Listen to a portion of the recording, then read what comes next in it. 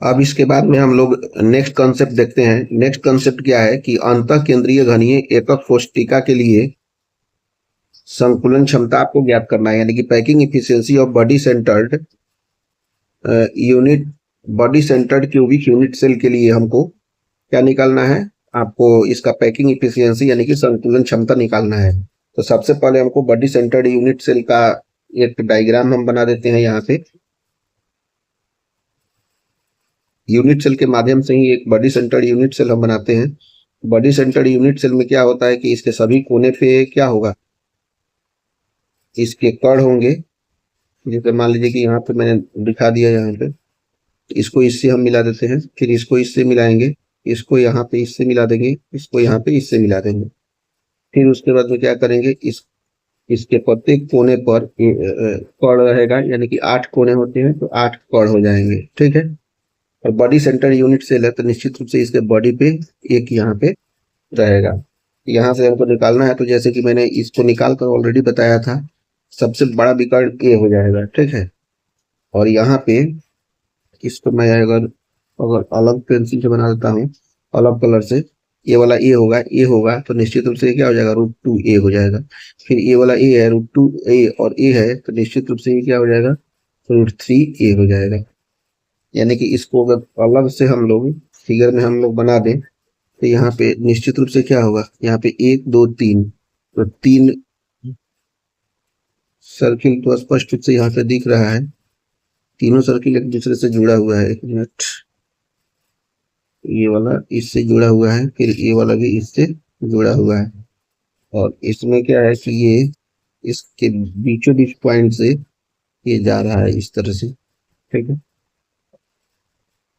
ये वाला क्या है कि यहाँ पे ऐसे, और ये यहाँ पे 90 डिग्री बना रहा है। ये वाला पॉइंट हो जाएगा √2a है, ये वाला ए है। निश्चित रूप से ये पूरा यहाँ से लेकर यहाँ तक कितना हो जाएगा, √3a हो जाएगा। ठीक है।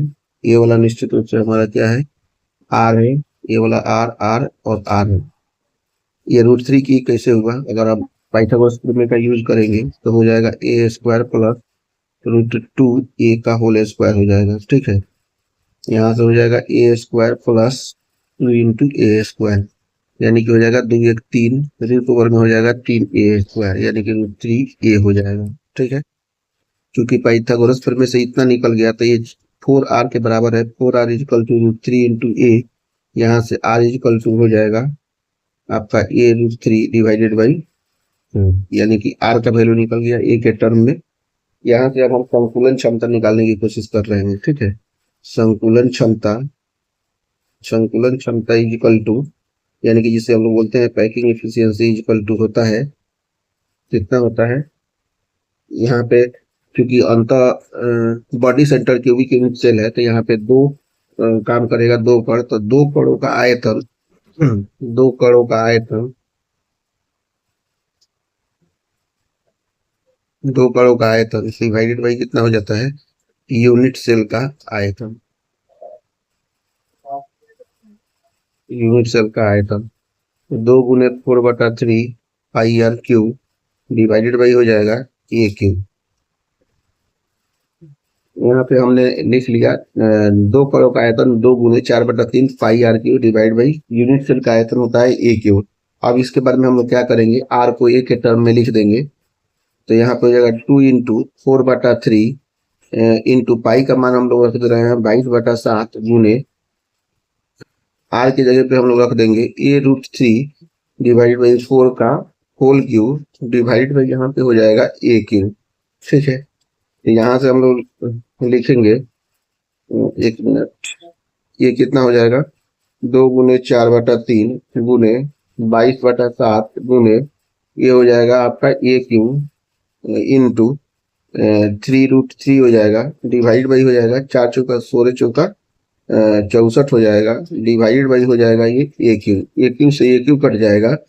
यहाँ से हम 4 दूनी 8 कटाना चाहे तो 8 मर्थ में कट जाएगा, 8 64 हो जाएगा। ठीक है। यहाँ से अगर हम कटाना चाहे 2 से 2 11 11 2 चौका 8 हो जाएगा। ठीक है। अब उसके बाद में सबको यदि हम सोल्व करना चाहें तो आराम से लिख सकते हैं, पैकिंग इफिशियंसी = हो जाएगा हमारा, अगर सबको सोल्व करेंगे तो ऊपर में बच जाएगा 11√3, चूंकि 3 से 3 भी कट जाएगा। 11√3 डिवाइड बाई कितना हो जाएगा, नीचे नीचे बच जाएगा आपका 7 चौका 28। तो इसको सोल्व करना चाहेंगे तो आराम से ये हो जाएगा कितना, तो 11 गुने √3 का मतलब होता है 1.732 डिवाइडेड बाई 28। इसको सोल्व करेंगे 11 को इतना से, तो ये हो जाएगा आपका लगभग 19.052 डिवाइडेड बाई 28। इसी को हम लिख सकते हैं 19.0 लगभग डिवाइड बाई 28। तो पैकिंग एफिशिएंसी का वैल्यू हो जाएगा 0.68। और परसेंटेज ऑफ पैकिंग एफिशिएंसी को हम लोग 100 से मल्टीप्लाई कर देंगे तो हो जाएगा 68%। ये बेसिकली क्या है, 68% है आंसर। ये काफी इंपॉर्टेंट है, आपको कितना बार कॉम्पिटेटिव एग्जाम में भी पूछा हुआ है और आपके एग्जाम में 5 नंबर के क्वेश्चन में भी पूछ सकता है, पूरा प्रूफ करने के लिए। तो निश्चित रूप से आप इसे करके चल जाइए, बहुत ईजी है, कुछ नहीं करना है। ऑलरेडी मैं इसके बारे में जिक्र कर दिया था, आर और ए के बीच में संबंध निकालना। तो body centre cubic unit cell के लिए आर और ए में संबंध होता है R=3a/4, ठीक है।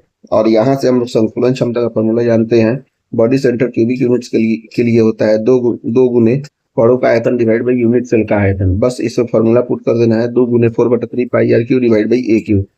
यहाँ पे आर और ए में जो संबंध होता है यहाँ पे लिख देंगे a√3 डिवाइड बाई 4 का होल क्यूब और सब सोल्व कर देंगे। सोल्व करने के बाद में पैकिंग एफिशिएंसी आपका 0.68 आ जाएगा और परसेंटेज पैकिंग एफिशिएंसी 68% आ जाएगा, क्योंकि 100 से मल्टीप्लाई कर देंगे तो निश्चित रूप से हो जाएगा। आप क्या कीजिए कि इसका एकदम बढ़िया, एकदम साफ साफ अक्षरों में नोट्स बनाइए खूब बढ़िया से, और उसे बार बार रिवीजन कीजिए, 1-2 बार वीडियो देख लीजिए, जिससे आपका ये कंप्लीट बढ़िया से हो जाए और आप परीक्षा के लिए तैयार हो सके। ये मान के चलिए कि आप बोर्ड के एग्जाम के लिए तैयारी कर रहे हैं। निश्चित रूप से सभी टॉपिक को अगर अच्छे से तैयार कर रहे हैं, आप टॉप मोस्ट स्टूडेंट में बन जाएंगे। अब इसके बाद में हम लोग नेक्स्ट टॉपिक देखेंगे।